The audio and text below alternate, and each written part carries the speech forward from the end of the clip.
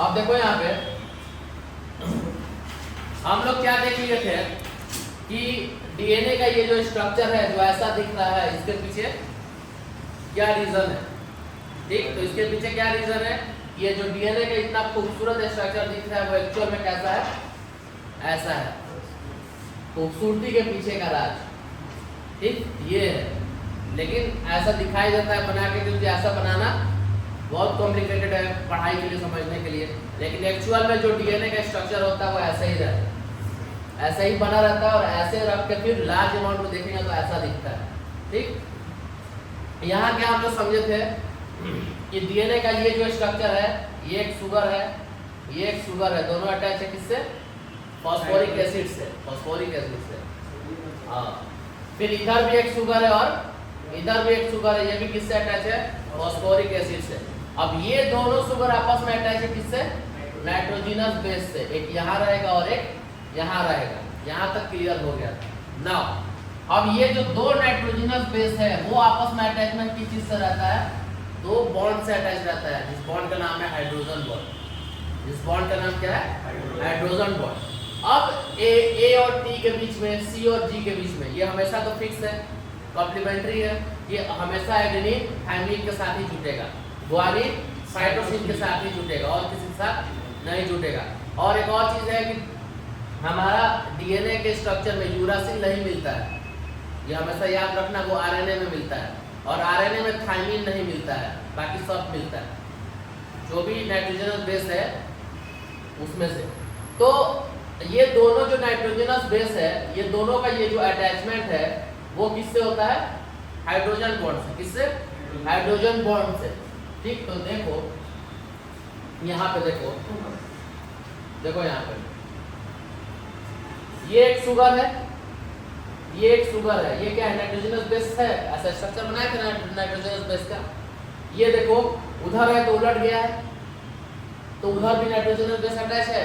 अब ये जो दोनों नाइट्रोजन बेस है किससे किससे ये मिल रहा है, देखो यहाँ हाइड्रोजन बॉन्ड, किससे, हाइड्रोजन। देखो तो यहाँ 3 हाइड्रोजन बॉन्ड है और यहाँ पे 2 हाइड्रोजन बॉन्ड है। तो किसके किसके बीच में 2 हाइड्रोजन बॉन्ड का बॉन्डिंग रहेगा और किसके किसके बीच में 3 हाइड्रोजन बॉन्ड का बॉन्डिंग रहेगा, वो जानना है। ठीक, तो वो कौन बताया, तो वो एक रूल में बताया गया, जिस रूल का क्या नाम है, चरागाफ रूल। वो बताया कि एडेनिन और थाइमिन के बीच में कितना बॉन्ड रहेगा और हमारा साइटोसिन और ग्वानिन के बीच में हाइड्रोजन का बॉन्ड कितना रहेगा। चलो अब देखो, तो चरागाफ रूल सबसे पहले किसके ऊपर एप्लीकेबल होता है, डबल स्ट्रैंडेड डीएनए के ऊपर। जो डीएनए इस फॉर्म में है, डबल स्ट्रैंडेड डीएनए, इसी के ऊपर चरागाफ रूल फॉलो करता है। आरएनए के ऊपर इसका एप्लीकेबिलिटी नहीं है। ठीक, इतना चीज माइंड में गया।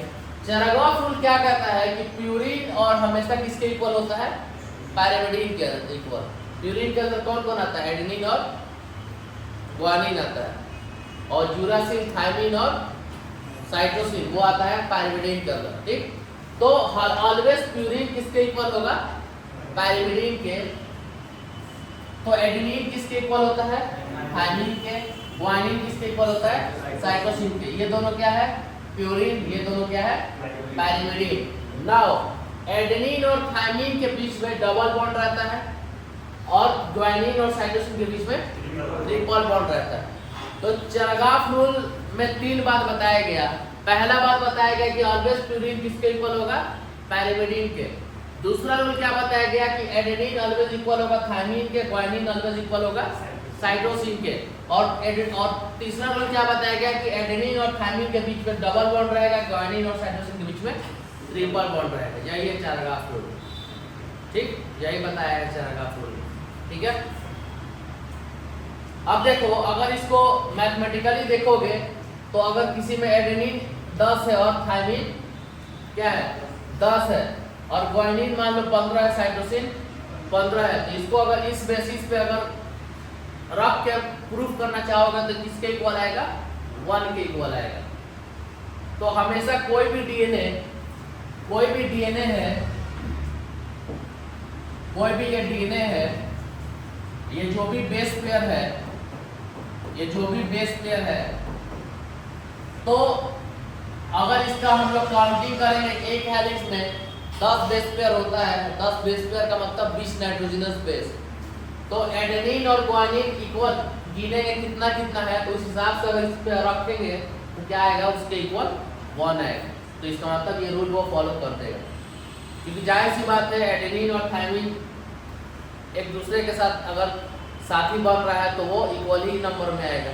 ये इसके अलावा किसी और के पास नहीं जा रहा था, ये भी सेम ही अमाउंट में रहेगा, कोई ऊपर नीचे नहीं होगा। ठीक, तो ये है चैरागाफ रूल। फिर क्या लिख रहा है कि there is no necessity that two purine number is always same and vice versa. बोल रहा है कि ऐसा कोई नेसेसिटी नहीं है कि हमारा जो 2 प्यूरिन का है वो क्या हो, always 2 purine number is always same. मतलब कि यहाँ क्या बोल रहा है, 2 प्यूरिन नंबर का मतलब क्या बोल रहा है कि एडेनिन और थायमिन जो है, ये एडेनिन ग्वानिन ये क्या है, प्यूरिन है, और थायमिन साइटोसिन ये पायरिमिडीन है। और एक हेलिक्स में, ये एक हेलिक्स में कितना रहता है, 10 पेयर होता है। ठीक, 10 पेयर होता है, जिसमें व्हाट की ऐसा 10 तो बना होगा। तो ऐसा कोई फिक्स नहीं है कि एडेनिन 5 के साथ पेयर बनाएगा और ग्वानिन 5 के साथ पेयर बनाएगा। मतलब कि अगर मान लो 10 है तो जरूरी नहीं है कि A और T और G और C ये 5 हो और ये 5 हो, ऐसा कोई फिक्स नहीं है। हो सकता है ये 6 हो तो ये 4 हो, मतलब एक हेलिक्स में 10 रहना चाहिए, तो 10 का ऐसा कॉम्बिनेशन हो सकता है। लेकिन बशर्ते ये इसमें क्या रीजन है कि ये हमेशा इसी के साथ बॉन्ड बनाएगा और ये हमेशा इसी के साथ बॉन्ड बनाएगा। ठीक, तो वही बोला है कि there is no necessity that 2 purine number is always same, कि 2 प्यूरिन हमेशा सेम ही रहेगा, कि एडेनिन भी 5 बना रहा है और ग्वानिन भी 5 बना रहा है, ऐसा कोई फिक्स नहीं है। और उस हिसाब से इस वाले रूल पे अगर फॉर्मूला पे बैठाएंगे तो वो हमेशा क्या आएगा, अनइक्वल 1 क्या आएगा। ठीक है, नाउ अब देखो, क्योंकि A + T G + C, हाँ, क्योंकि ये क्या है, प्यूरिन है और ये क्या है, पायरिमिडीन है। तो अगर इसको इक्वल करेंगे तो क्या होगा, A + T = G + C, ये नहीं होगा कभी, क्योंकि जरूरी नहीं है कि ये 5 हो तो ये भी 5 ही हो, ऐसा कोई फिक्स नहीं है। अब क्या है कि ये जो रूल है वो डीएनए के डबल स्ट्रैंड पे लगता है। RNA is usually single strand, RNA क्या होता है, हमेशा सिंगल स्ट्रैंड का रहता है, सिंगल स्ट्रैंड का।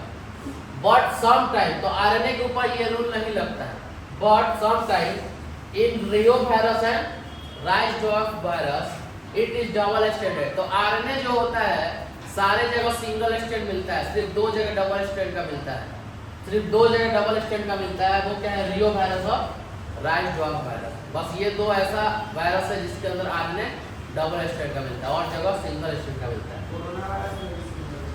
हाँ, RNA does not follow the rule of Chargaff, लेकिन आरएनए चरागाफ रूल फॉलो नहीं करता है। हाँ, ये हटाओ, ये पढ़ने वाला नहीं है।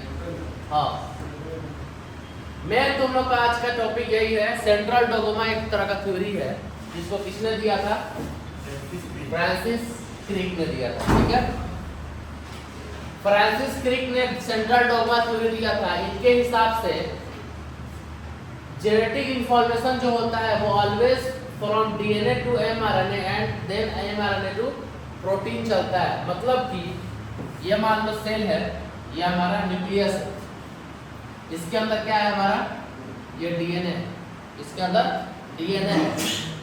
तो फ्रांसिस क्रिक ने क्या कहा कि हमारा जितना जेनेटिक इंफॉर्मेशन है कि हमारा बॉडी का शेप कैसा होगा, बॉडी कलर कैसा होगा, हेयर कलर कैसा होगा, आई का पिपिल का कलर कैसा होगा, ये सारा किसके अंदर स्टोर है, इस डीएनए के अंदर स्टोर है, क्योंकि जेनेटिक मटेरियल यही है।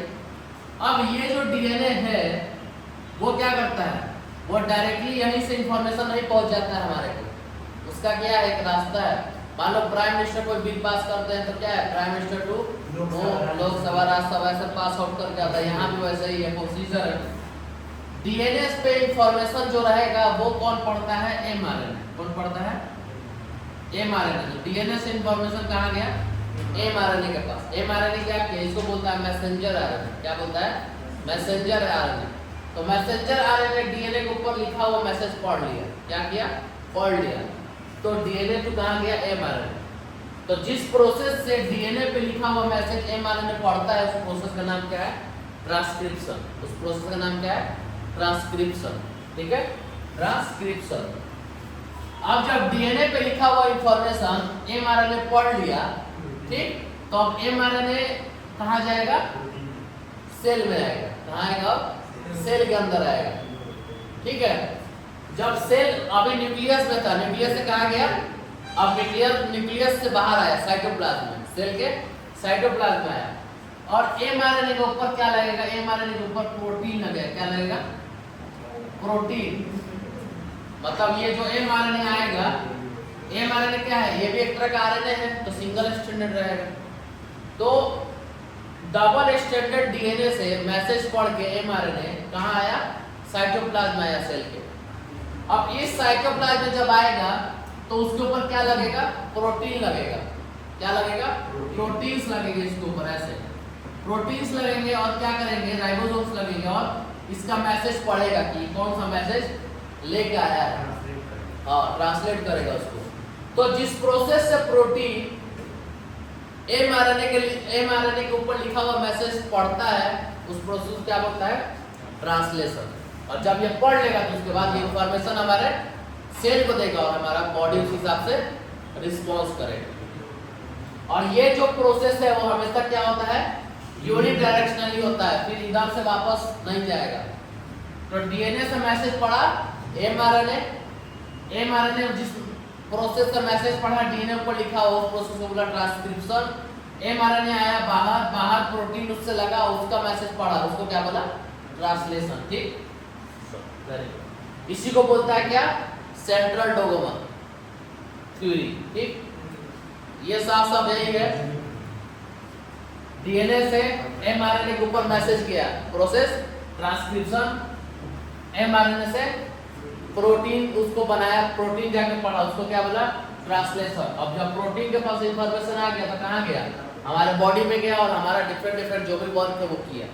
ठीक, ये क्या है, अब देखो डीएनए खुद से खुद को बनाता है, उस प्रोसेस को क्या बोलता है, रेप्लिकेशन।